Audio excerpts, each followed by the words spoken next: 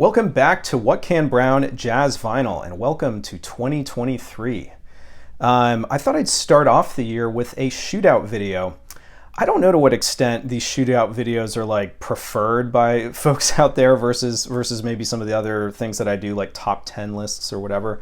But here's the thing: so much of what I'm after in terms of my music appreciation is making sure that I'm able to get at like the best sounding version of a particular title. And I've said this in prior videos. So much of my collecting sort of lifetime, or so much of the last 12 years, has been focused on original pressings exclusively, just assuming that those are the best sounding releases.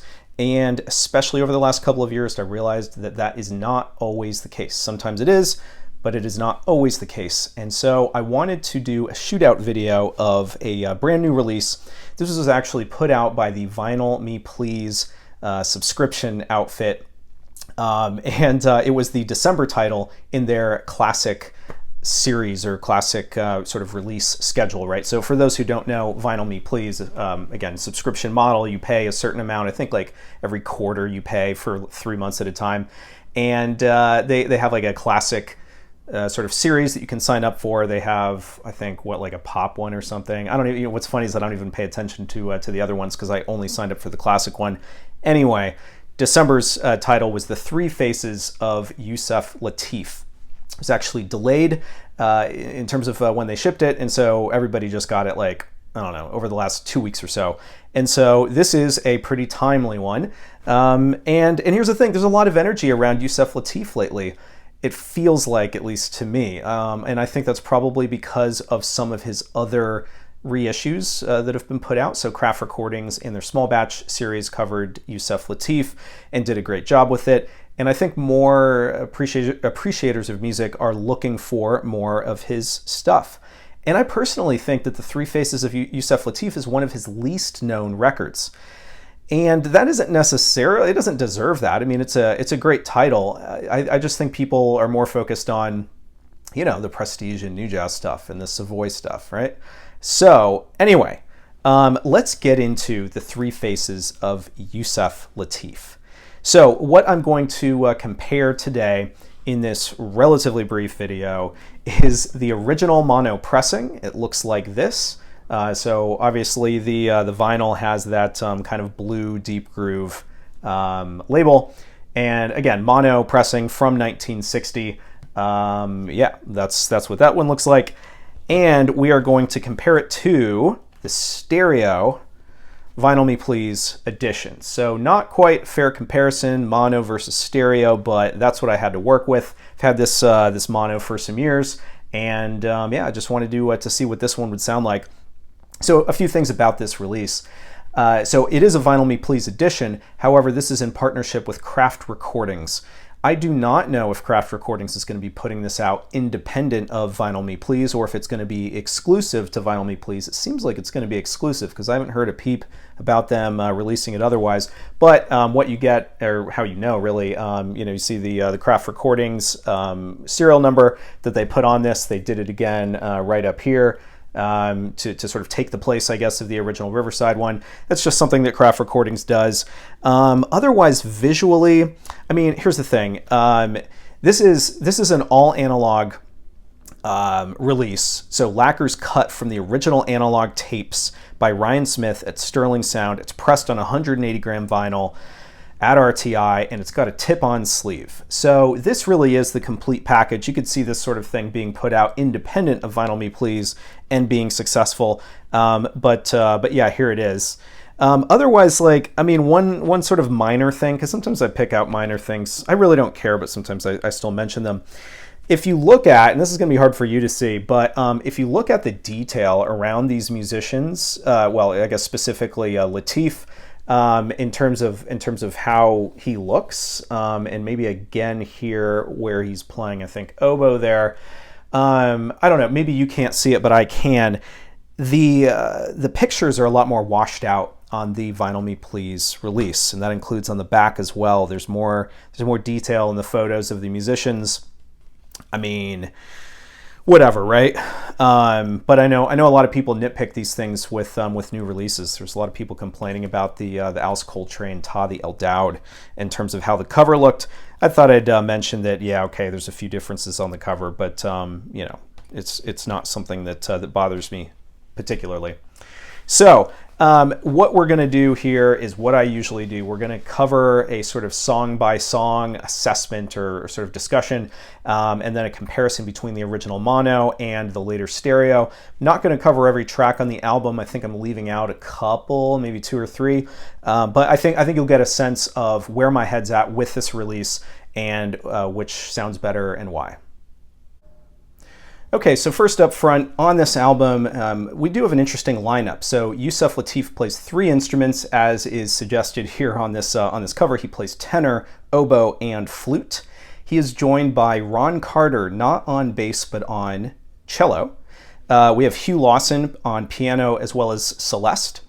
Herman Wright is on bass, and Lex Humphreys is on drums. This is I would say, sort of fairly consistent lineup for Yusef Lateef. He's played with these musicians quite a bit, with the exception of Mr. Carter on cello. That is sort of an addition here, and I personally think a very, very welcome one. So that is the lineup. In terms of the track listing, this is not strictly a Yusef Lateef album in terms of compositions. There are some other compositions on here, and in fact the first Lateef original isn't until I think like track 3.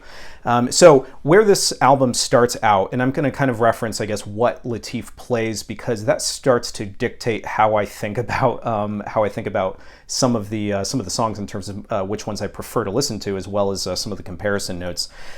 So on that first track, it's called Going Home. And let's see, so Yusef plays tenor here, and I would say that this is, he is front and center. He sounds great. I've mentioned this before, especially on mono recordings. They usually get the leader right. There's good dynamics. You can hear them. It's there's a decent amount of detail, at least as far as vintage pressings go. And yeah, he sounds good. What I will say though is that Hugh Lawson's piano is very much in the background, and it's not very dynamic. Herman Wright's bass does sound nice, although it's not detailed. At least you can hear it. You can, it's definitely pronounced. It's just there's not a whole lot of sort of sonic elements or detail around the bass. And honestly, the drums are kind of in the back as well. So it's a little bit of a mixed bag, because and it's really weird. I'm gonna have to like go back in all my videos. It almost feels like, even though they put these tracks as like the first track on each side, it feels like in every comparison I have so many more complaints about the first track not being balanced or not sounding detailed, and then it like gets better later. And that's just weird. I don't know. Hopefully I'm not being biased, and maybe it has to do more with like, I don't know, some other element of how they actually sequence tracks on albums. But anyway, those were my notes. Was that just listening to the mono, hadn't even listened to the stereo reissue yet. I thought that Lateef sounded great on tenor, and I think generally speaking on this album he sounds great on tenor, and the rest of the musicians did not sound quite as good. So the next track is called I'm Just a Lucky So-and-So, and Yusef plays oboe here. And I would say, I'm going to just go ahead and call it abrasive. The oboe is an abrasive instrument, and I know that it can be played beautifully, traditionally in sort of a orchestral kind of, environment. But I think that Lateef's tone of using lots of air, and he does this on his tenor as well, where you almost get like a rasp or like a growl almost on some of his notes. I personally don't think that he ever concerned himself with playing like beautiful sustained tones, probably in the same way that Pharoah Sanders didn't. He was a little bit more about, I don't know, making the notes kind of bounce and dance a little bit, and sometimes at the expense of the tone. And here's the thing, I think he's playing how he wanted to. I have full confidence that Lateef could make the horn sound the way that he wanted to. And so anyway, the oboe here is a little bit abrasive, and it just takes over from a sonic standpoint. It is so hot in the mix. And I would say that this track overall is better balanced in terms of the other musicians, but the problem is that oboe is just so overpowering because it's such a high-pitched and, like I said, my words, abrasive instrument. And you know, I'm a little bit biased because I've played in orchestras before where you have an oboe, and you know, there's a lot of like side eye cast at the oboes when you're playing and listening to music.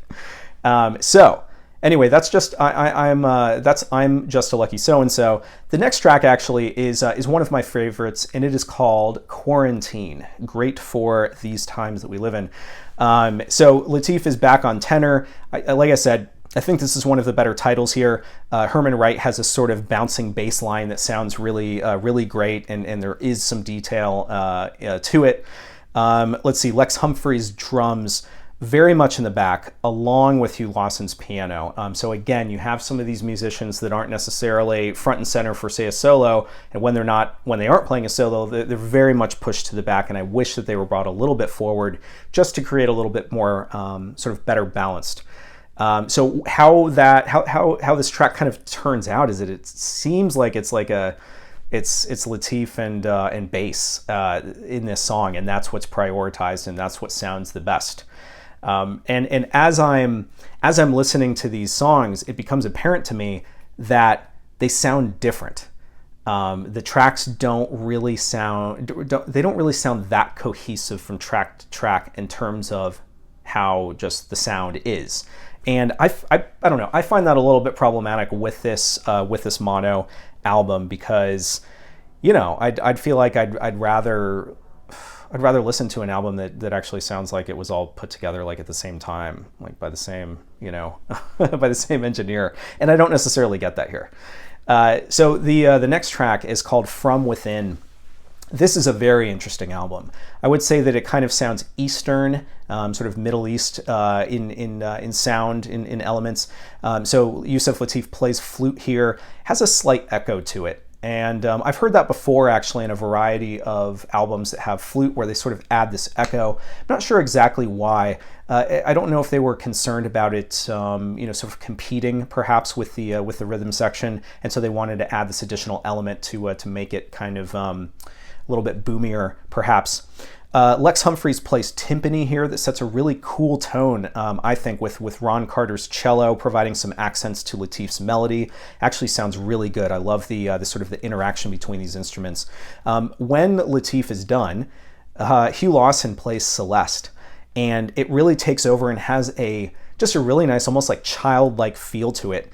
In sort of an extension of the melody. And I say childlike, I think, because the Celeste to me very much sounds like a children's music box, you know, from like Victorian era kind of like children's music box. So I would say that this is the least jazz of the tracks. And I say it that way because Lateef himself hated the term. And I think it makes sense given his desire to sort of pull from sounds that existed in other cultures, you know, from different instruments, and sort of you know, mold all of that into his own sort of unique music. And so, you know, I think he believed that the term jazz was too it was too exclusionary, perhaps. And in the liner notes to the Vinyl Me Please reissue, they actually reference that, and I'm gonna read it here to make sure I get the word right. Lateef liked to have his music be called, where is it here? Audio Physio Psychic. And, you know, there's elements, I guess, to each of those three words that he's kind of brought together. The thing is that as much as I have an appreciation for, you know, letting musicians call their music what they want it to be called, and I understand a good deal of the controversy around the term jazz, and why musicians don't like to use it, the fact of the matter is that so many musicians at that time didn't like the term jazz, but they also each had their own words that they preferred their music to be referred to as. And so it becomes problematic to call it all, say, black classical music, or I'm trying to remember some of the other terms that different musicians preferred to use. I think perhaps the best that we can do here is to use Lateef's term. So what I would say, though, is that this track really does have a, you know, sort of does have classical elements, does have Eastern elements, and incidentally, this is the first track that Lateef composed himself, and I personally think that it is one of the strongest ones here as well. So on side 2, it opens up with a track called Saltwater Blues. This is again with Lateef on oboe. So again here, I think the oboe feels like a very sort of rigid instrument in this context. Honestly, I think that the best part of the oboe tracks for me are when Lateef actually isn't playing. And that's a little problematic. This is a Yusef Lateef album, and the fact that I don't appreciate his choice of using the oboe quite as much. It's just personal preference. Not everybody will have that reaction that I did, and independent of that, what I can say that's a little bit more objective is that it is so hot in the mix. It is so loud. It is very overpowering, and maybe just make note that part of me saying that maybe because I just don't prefer it. So I would say here that Ron Carter stands out. He has a really interesting plucked cello solo that is quite nice. Actually, even on the original mono pressing has lots of nice detail to it, a lot of sonic elements that make it sound really nice. I would say that this is probably Hugh Lawson's best solo on piano as well on this track, though each of these solos are very short. I do like the pairing here of the oboe with cello, but like I said, dang, is that oboe hot in the mix? And so it kind of takes over from a sonic standpoint, and I wish that it didn't as much. So there's one more track that I'm going to address, and that is Lateef's, well, it's actually called Lateef Minor 7th. So Lateef is on flute here again, with a slight echo in the instrument. The echo seems to be carried across instruments, though, making them appear muddier and sloppier than they are. And so I personally noticed that, again, before I even listened to the stereo reissue. It sounded to me like the piano and the drums were sloppier, less distinct, like attacks and hits and that kind of thing. I think, Ron Carter's cello here is not very distinct either. And so that was kind of disappointing because you can kind of hear it's there, but you can't really hear what he's playing at times. And here's the thing, I think it's interesting, again, I sort of said this before, how these tracks can sound so different when really the only primary difference across these tracks is which instrument Lateef decides to use as his primary sort of melodic and improvisational instrument. And, he always seemed to showcase a variety of instruments on his albums. It's something that I like. But here I think that it makes some of the tracks sound like they weren't recorded in the same studio, in the same session, on the same day, with the same musicians. And so therefore it doesn't sound as cohesive. That is what I would say. I do think that here's the thing, like, the mono, it sounds fine. I'm just noticing, as I put my critical sort of hat on, that there could be better balance. The oboe could be brought down, but there's plenty to enjoy. I love the sort of the interplay, especially with Ron Carter and Yusef Lateef. I find that those two, that pairing and their sort of layered melodies, I think is the standout of the entire album, and that is something that you can actually appreciate as well, even on the mono edition. All right, so let's talk about this reissue. So just from the standpoint of the soundstage. So piano and bass are in the right channel. Yusef Lateef is in the center. I think drums are in the left, at least primarily. Ron Carter's cello is also in the left. And I'm trying to think if that actually changes as some of the instrumentation changes as the Celeste is added, or based on which instrument that Lateef is playing. I don't think that it does. So generally speaking, that's the lay of the land. So if you remember, some of my critique of that first track, which is titled Going Home, was that Lateef sounded great, but everybody else was deprioritized. And I kind of said, hey, that's pretty common for some of these mono originals. And here we have a little bit of an opportunity, both because it's a stereo presentation as well as because it's a reissue, and they've been able to take a closer look at it, see if there's any sonic detail they can extract from the original tapes. What I would say here is that Yusef Lateef's tenor feels like it has much more heft to it. You get a better sense of his tone because of the detail around the tone. So he does sort of squeak. I've mentioned before that he doesn't always prioritize, say, a perfect tone.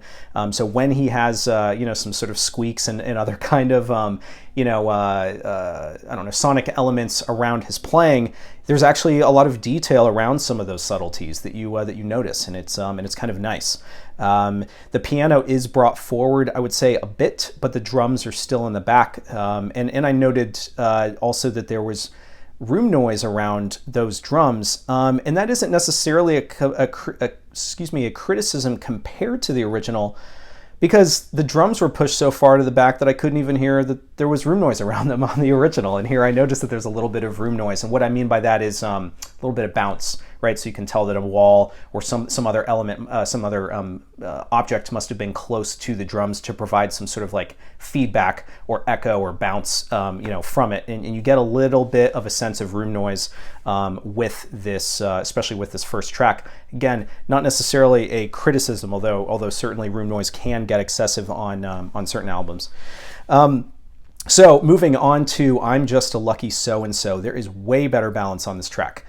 Huge improvement. Ron Carter doubles the melody with Lateef's oboe in the first like bar or two, and it's a much better sounding sort of layering here. I think the first time that I heard the mono, I didn't even necessarily hear that Ron Carter was playing, and then I kind of like caught it. But here it just sounds much better balanced and sounds really nice together, actually. The oboe is still out front. I mentioned that it kind of has a tendency to be abrasive, but I think that the balance that is achieved here makes my ability to listen to oboe in this context just much more pleasant, much more listenable. I think that all it took was them, sort of dialing it back perhaps a little bit, or bringing up the other instruments that are, to be a little bit more on parity. You still want Yusef to sort of be the center, the star of the show, but when it comes to oboe, I wish it was a little bit less so.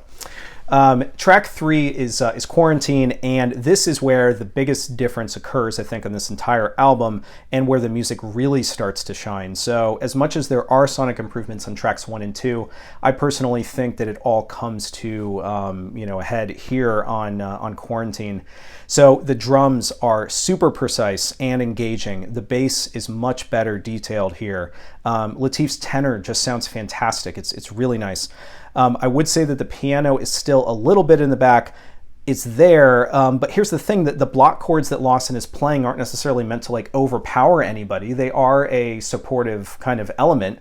And when Hugh Lawson takes a solo, it is brought right to the forefront. It sounds bright and it sounds well balanced. So I personally think that Quarantine might be the best recorded track on this album, although there's other tracks that perhaps I would prefer, just from the standpoint of like the musicality of them. So the next track is called From Within. It is, I would say here, the interesting thing that I came out of that I came away with here. So Lex Humphreys plays the timpani here. And on the original mono, the timpani wasn't that engaging. So funnily enough, I was hearing the timpani when I listened to the original mono, and I thought, is that a bass? Is he like doing some sort of weird like kind of plucking with the bass? And it turns out no, it was timpani. And on this reissue, on this track, there's like a sustain or a trail of sound off the timpani that it makes it sound like what a timpani is supposed to sound like. It isn't just that attack and then having the note die. It's that kind of like thundering thing. And by the way, there's like big thunderstorms coming through here, so if there's any like feedback, it is well timed. So what I would say also on this track is that there is more vibrato that's apparent in Lateef's flute. So he can have an excessive vibrato here. I actually think it sounds very nice. The Celeste here has much better dynamics as well. So instead of the Celeste, I said before, kind of sounding like a child's music box, and I kind of left it at that. Here, the dynamics with the Celeste are so there. Like you can tell when he's hitting it softly versus loudly sort of hit notes, and it sounds really nice against Herman Wright's walking bass. So I think that perhaps these two, right, the Quarantine as well as From Within, on this Vinyl Me Please reissue, for me, are the highlights of this album, and really where the reissue shines. So moving on to side 2 and those other 2 tracks that I briefly mentioned. So Saltwater Blues. Primary difference here, I would say, is more detail around Ron Carter's cello solo. It sounds really nice here with lots of dynamics. Thing is that if they were going to improve anything with this reissue, I would have said less oboe, more Carter. Not because he was deprioritized in the original, but he just sounds so good, and it's so it's just nice to hear him play on cello, an instrument that we don't necessarily associate him as much with today. But this is one of his early recordings. He's a young guy, and he was needed on cello. And so, all right. So the last track, Lateef's Minor Seventh. I mentioned on the mono that the flute has some echo. Here, I would say there is a little bit, but it's not as much as on the original pressing. It does help clean up some of the other instrumentation. So I mentioned that echo was kind of ruining the dynamics and sort of the attacks and the detail of some of the other instruments, making them more sloppy sounding. And that has indeed been cleaned up here. And I would say it doesn't sound like perfect, but it's definitely an improvement on the original. So that's where we're at. It doesn't, I mean, if you've been following along, you didn't skip ahead, you know where I stand on this thing. This Vinyl Me Please edition, again, Craft Recordings Vinyl Me Please edition, sounds great. I think it's the complete package. And you get it for the folks who like the tactile nature of stuff. You get all the stuff that you would want on an audiophile pressing in terms of the tip-on jacket and everything like that. But for those of us who also want great music, it wins there as well. It sounds much more detailed, much more engaging of an album. The original simply sounds vintage. And it can't help it. There's going to be a noise floor on these old records. There's not going to be as much detail, and here with a sort of second set of eyes, in this case being Ryan Smith's at Sterling Sound, they were able to extract plenty of additional magic from those original tapes for this reissue. I think it is very worthwhile. I've said it before, I'm going to say it again. I am not somebody who sort of sings the praises of Vinyl Me Please in every situation. They do have albums that don't sound great, and by and large, those are the times where there's not as much attention placed on them. They don't source the original master tapes for the reissues, but when they do, it's important to pay attention because those albums can frequently actually sound great. I think The Shape of Jazz to Come by Ornette Coleman was one of my top audiophile reissues in the video that I posted, like a week or two ago, something like that. That was a Vinyl Me Please edition. And, I don't know necessarily that this is going to be in the running for the best of 2023. We're only a couple days in, but very happy with this pressing. So I hope that was valuable to someone. If you're looking to find a way to pick up this album, I think it makes sense to look out for the Vinyl Me Please edition. It's a great presentation. So thanks for sticking with me on my first video of 2023. It'll be interesting. We'll see how this goes. I made a resolution on Instagram that I was going to post 75 videos in 2023. Don't worry, you don't have to watch them all. But I do appreciate it when you hit subscribe so that you can at least choose whether to watch them or not. And we'll see how the year progresses. But I'm fully confident there's going to be many more of these shootouts, more discussion of sort of aspects of my collecting, probably some individual label sort of features and other sort of top 10 lists. So please be on the lookout for that. Appreciate your time and attention, and I will see you next time.